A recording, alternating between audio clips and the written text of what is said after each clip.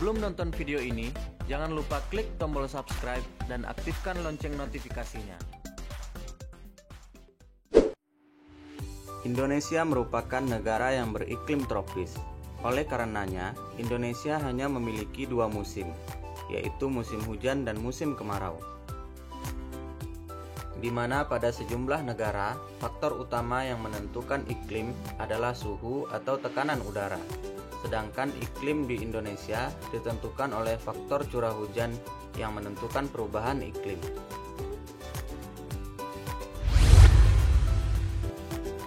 Namun terkadang, kondisi iklim di Indonesia sulit untuk ditebak, sehingga petani harus terlebih dahulu mengenali varietas padi yang adaptif terhadap perubahan iklim sebelum memulai aktivitas turun ke sawah. Berdasarkan hasil validasi, luas lahan baku sawah Indonesia sebesar 7,46 juta hektar atau meningkat 358.000 hektar dari tahun 2018. Sekitar 1,4 juta hektar diantaranya merupakan lahan sawah tada hujan yang merupakan lumbung padi kedua setelah lahan sawah irigasi.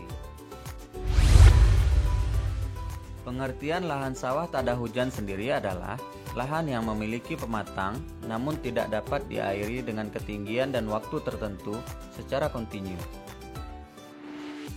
Oleh karena itu, pengairan lahan sawah tada hujan sangat ditentukan oleh curah hujan, sehingga risiko kekeringan sering terjadi pada daerah tersebut pada musim kemarau.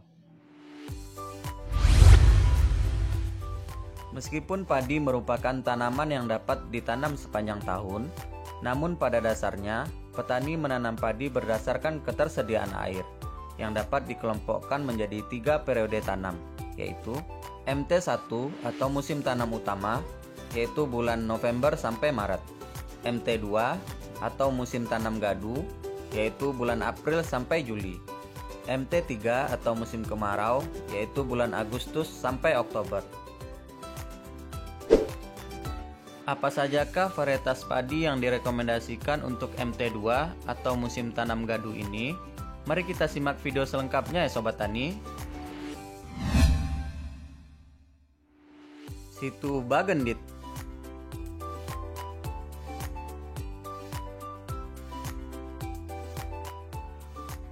Umur tanaman 110-120 hari setelah tanam.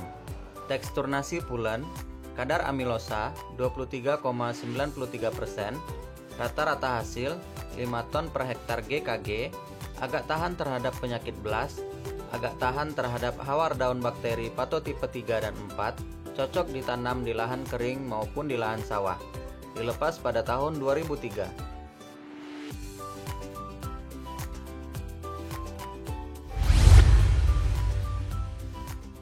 Inpari 38 tada hujan Agritan.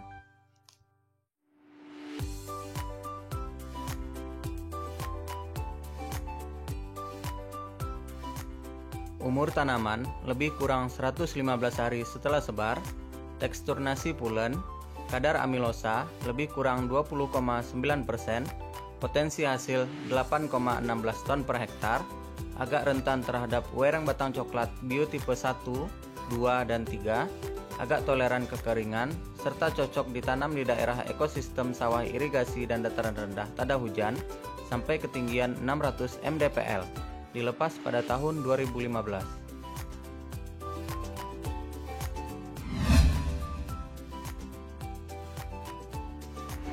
Inpari 39 tada hujan Agritan.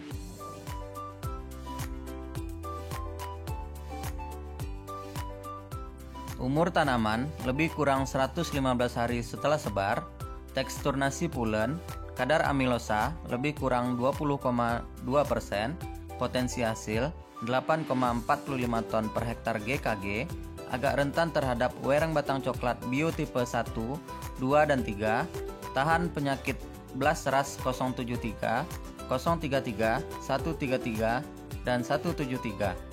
Agak toleran kekeringan, serta cocok ditanam di daerah ekosistem sawah irigasi dan dataran rendah tada hujan sampai ketinggian 600 mdpl, dilepas pada tahun 2015.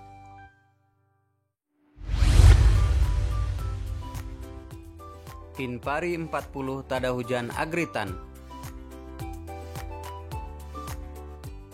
Umur tanaman lebih kurang 116 hari setelah sebar, tekstur nasi sedang, kadar amilosa lebih kurang 23,6%, potensi hasil 9,6 ton per hektar GKG, agak rentan wereng batang coklat biotipe 1, 2 dan 3, tahan penyakit blas ras 073, agak toleran kekeringan, serta cocok ditanam di daerah ekosistem sawah irigasi dan dataran rendah tada hujan sampai ketinggian 600 mdpl.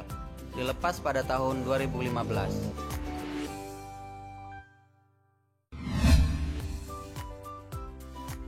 Inpago 8.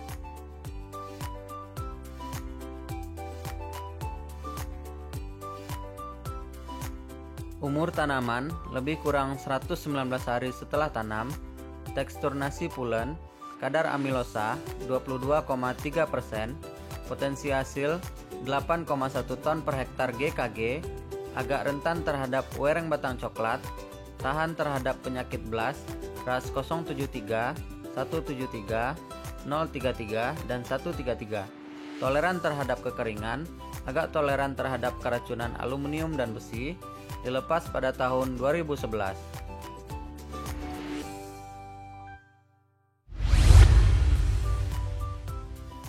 Inpago 9. Umur tanaman lebih kurang 109 hari setelah tanam, tekstur nasi sedang, kadar amilosa 22,3%, potensi hasil 8,4 ton per hektar GKG, agak tahan terhadap wereng batang coklat biotipe 1, agak tahan terhadap penyakit blas ras 133, agak toleran kekeringan dan keracunan aluminium, dilepas pada tahun 2012.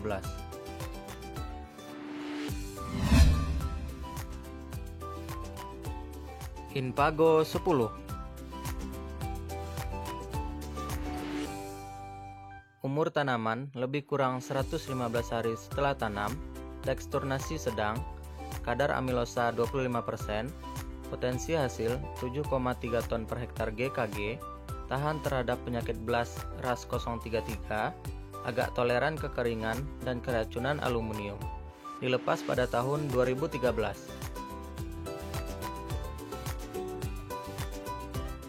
Sekian dulu informasi yang dapat saya bagikan. Semoga bermanfaat ya Sobat Tani. Dan jangan lupa like, comment, and subscribe.